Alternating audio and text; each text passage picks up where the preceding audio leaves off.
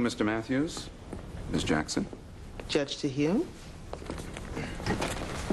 In the matter of Carvin versus Carvin, I've read the complaint. What is the position of the estate? Your Honor, for hundreds of years, courts have recognized parties' freedom to contract. The contract before the court is valid. And even if Mr. Carvin did commit egregious acts during his life, he cannot hurt his ex-wife anymore.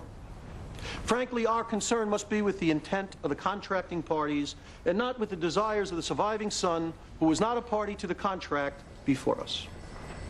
Ms. Jackson, what can you add? Your Honor, we don't know what happens when we die. Everyone has different beliefs about our spirit and the body that houses it. Some people burn that body and scatter the ashes. Others bury it in a pine box. Whatever the ritual, the ability to choose makes us human. Wanda Carvin died at peace because she was finally free from her ex-husband. She signed a contract with Rose Hill Cemetery to ensure that peace. It is now their responsibility to see that that contractual obligation is fulfilled. Mr. Matthews claims that Wanda Carvin can't be hurt anymore.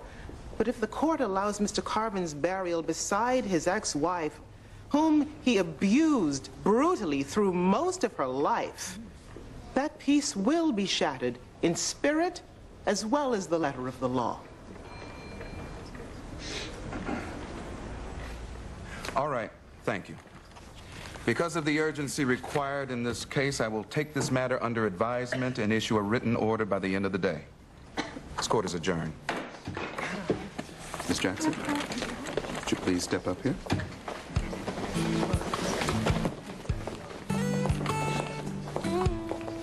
So did you like the orchids? They were very beautiful. Good. Because here's the thing, Rene.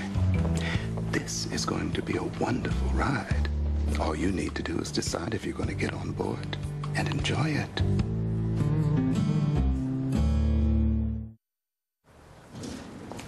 Morning, Lakeisha. Oh, morning, boss. Dewey Carvin called 3 times. He sounds real upset about the verdict. And Mrs. Sims just called. She's going to be about a half hour late for your lunch. And this arrived this morning. Are you going to let me in on what's going on? Lakeisha, I thought I knew, but now I haven't got a clue. No offense, but your friend has awful taste. We used to drink that crap in college when we couldn't even afford the cheap stuff. Drowning your sorrows over yesterday's defeat, Jackson? Nice decade. You come here to gloat? I thought I'd seen the last of you. Oh, come now, Jackson. I know you can't get enough of me. Besides, I've got a really angry rabbi on my hands. What are you talking about? Talked to your client lately?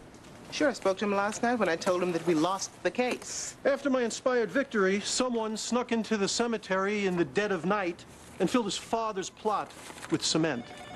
Know anybody with a motive? Jackson Law Firm. Hi, how are you? Do you have any proof? Not yet, but I'll get it. Hope he's got you on retainer, Jackson, because he's going to need a lawyer. Be sure to let him know the cement has been removed. His father will be buried this afternoon. You're in construction. So? So you obviously have access to large amounts of cement. Other people can get cement. Other people don't want to keep your father from being buried. They got proof? Footprints? Tire tracks? Be tough to get a cement truck all the way up there. They haven't found anything yet, but if they do, they can charge you with criminal trespassing, vandalism. Can they put me in jail? Probably not. It's a misdemeanor, but they can fine you. Oh, I can pay a fine. You know what, Dewey? You're stepping into criminal territory at this point, and I don't think that I can help you. See that scar? Kind of looks like an iron, right? One night my father didn't like the way his shirts were done, so he grabbed a hot iron my mother was using and burned me so badly, she'd be sure to get it right the next time. Said the first time he burned her, it must not have sunk in. We left that night. It only took him 4 days to find us that time. I'm sorry. Look at this house. My mom wanted a nice place. But she wouldn't buy anything because we had to move in an hour if you found us. Guess I never got over that. Never bought anything myself. Dewey, we lost the hearing. You're gonna have to let this go.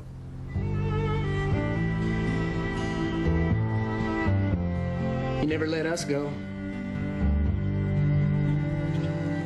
I cannot believe you asked Mrs. Jackson to babysit just so you could go to some party. It is not just some party. I thought you and Daddy would understand how important this is to us. Look, you wanted to have this baby. Now you've got to take care of him. You know, just because we are parents does not mean we're prisoners. You ever hear the expression, it takes a village? Yes, I have, and that is absolutely correct. But it just so happens that this Friday night, the village is busy.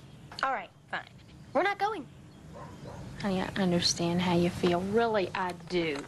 This is one of those hard parts of being a mother. Yeah, well, there are a lot of hard parts. Yes, there are.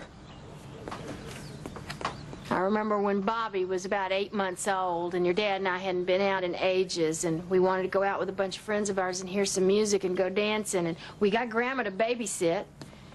And then, at the last minute, she got the flu and couldn't. And I told your dad to go on and go, and so I stayed home. Well, that night when he came home, he was walking on air because B.B. King had strolled into the club and got up on the stage and started jamming. And then I don't know what got into your father, but he got up on the stage, too. My husband and B.B. King right up there on the stage together.